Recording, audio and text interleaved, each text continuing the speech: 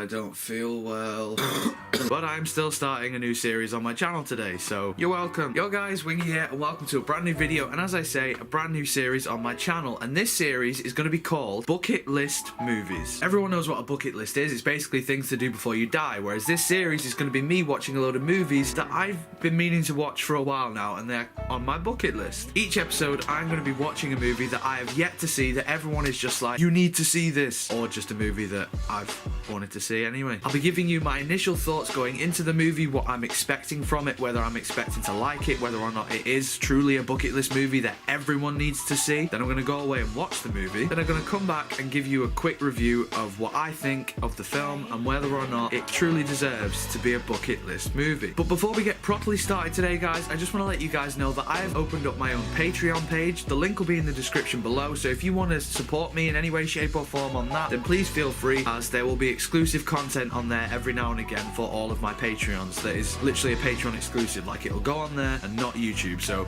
if you want to see more videos from me, make sure you go and follow me on Patreon anyway. It would be very, very much appreciated. But going into today's episode of Bucket List Movies, what movie are we doing it on? Well, because the title and the thumbnail didn't give it away, and you clearly are too fucking stupid to realise that. That was sarcasm, by the way. Today's episode is going to be on Trainspotting. Trainspotting is a movie that I have wanted to see for a while now. I really like the director, Danny Boyle. I like a lot of the cast, like Ewan McGregor and Robert Carlyle. They're great in everything that they're in. Going into this, expectations are quite high. Would I say that this is a movie that I'm expecting to be a bucket list movie where I would recommend it to everyone? I don't know, because I know it can be hardcore in places, shall we say, from what I've seen. But I thought now was the perfect time to do it, as Trainspotting sequel came out this year. I haven't seen the first one yet, so if I want to go and see that, which I do, I'd better see the first one first. But this is the sort of type of movie that I actually quite like a lot, the sort of British indie movie, which I believe is what it was at the time. If not, I don't know, because I know it's like a cultural thing now, but at the time it was like an indie thing. So they're the type of films that I like the most, like films like Harry Brown, and there was another sort of similar one to Trainspotting with John Sim, but I can't think of the name of it, but that was another one as well. The Kill List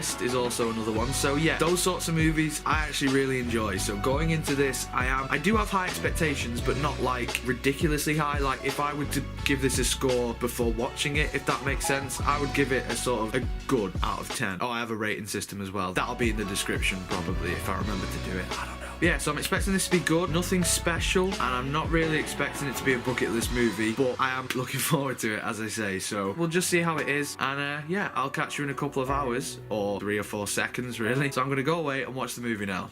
2 hours later. I've got to say, I was really disappointed though. There was no Fred Dibner, there was no Pete Waterman, there was barely any fucking trains in the movie. That is false advertising if you ask me. Oh, people are going to take me seriously, and I've just outed myself knowing who Fred Dibner and Pete Waterman are. That's bad. I actually was a train spotter when I was a kid, so I know who those people are. I don't do it now. That was a lame joke. I don't know if I'll leave that in. So overall, what did I think of the movie? It was really, really good, and a lot better than I expected. Now, as I said to you guys before, like I did have high expectations, but not like super high, because I didn't really want to be disappointed, and I don't think that I was. This movie definitely surpassed my anticipations for it. First of all, Ewan McGregor, he completely steals the movie for me. I mean, obviously he is the main character, but he is so good in that role. It's really weird seeing him like that. As someone who grew up with him as Obi-Wan Kenobi, it is bizarre seeing him as like this weird Scottish, almost Eminem looking person just taking heroin, but completely steals the movie for me. Absolutely perfect. Everyone was great, but he's the standout for me. Also, this movie was a lot funnier than I anticipated. I knew it would have like dark themes in there, which it does, but it is really, really quite funny in places, and that was something that I didn't expect. That really took me off guard. I really enjoyed that. You know, there were some quite humorous moments in the film. Robert Carlyle's character in particular, Beggsy,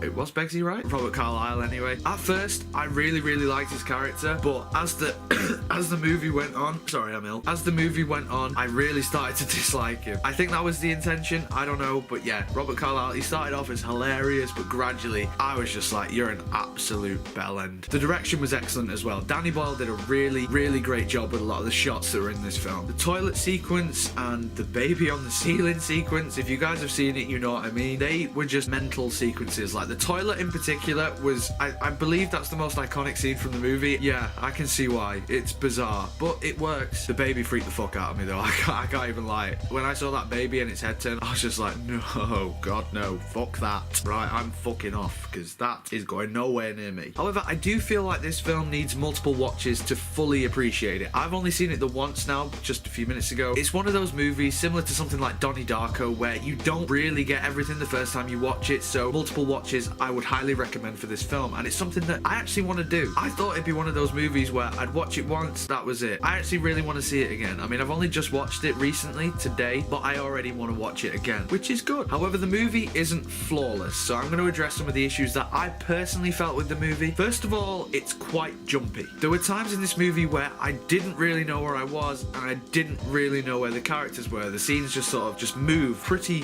quickly, and you really have to think to sort of know where you are in the movie. I imagine watching it a second time or a third time, that won't be so bad. Upon first viewing, yeah, that was a bit jarring from points, you know, particularly with Spud when he was in prison. It seemed like one minute he was heading into prison, the next minute he was out again. It's not a massive complaint, but it was a bit jarring for me. So anyone watching this for the first time, be a bit wary of that. And secondly, I thought Diane was completely unnecessary. I feel if you take her out of the movie, nothing would really change. I mean, in the sequel, which I have not seen yet, I'm sure she's important, and I'm sure in the original book she was important, but yeah, I didn't really think so that much, to be quite honest with you. Kelly MacDonald does a good job though, so there is that. As I was watching the film, I tweeted out and I put on Facebook what you guys think of the film. I did get some response, so I'll just see what you guys thought as well. Amy said that the first film is ace. Yeah, it really is. I would describe it as ace. I agree with you there. Fiona says that the first one is brutally brilliant and perhaps a more honest view of society at the time in many ways. Yeah, again, I completely agree with that. I think the way that Danny Boyle represented the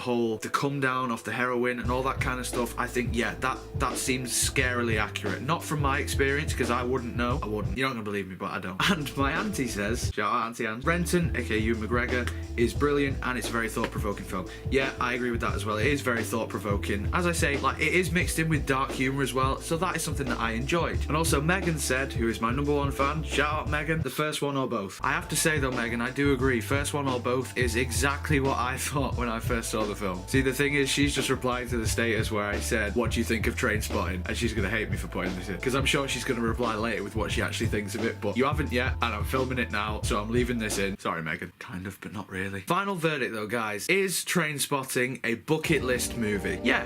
I would say it is. I would say if you haven't seen Trainspotting yet, definitely put it on your bucket list and make sure it is one of those movies that you definitely try and find somewhere. As long as you are 18, because things do get a bit leery sometimes. So, out of my rating system then, I would give Trainspotting a great out of 10. It's great out of 10. So, thank you guys for watching. I hope you enjoyed it, and I hope maybe it'll make you go and want to see Trainspotting now. If you want to see more of this bucket list movie series, then make sure you hit that subscribe button and smash the like button as well on this video, so I know that you want to see more. If you have seen Trainspotting, let me know in the comments and let me know what you think. Do you think it's the first one or both like Megan does, or what? Oh, I'm a bastard. She's gonna fucking kill me. She really is. Love it, hate it, let me know in the comments. I really want to know what you guys think. And if you want to see more of bucket list movies and any other crap that comes on my channel, as I say, subscribe and I would love you forever. And also follow me on Patreon as well, so you can get exclusive content over on there as well, and I would love you even more forever. That doesn't make sense, but we're gonna stick with it anyway. I can't be arsed re-recording that bit. Until next time, guys, take care of yourselves. Goodbye.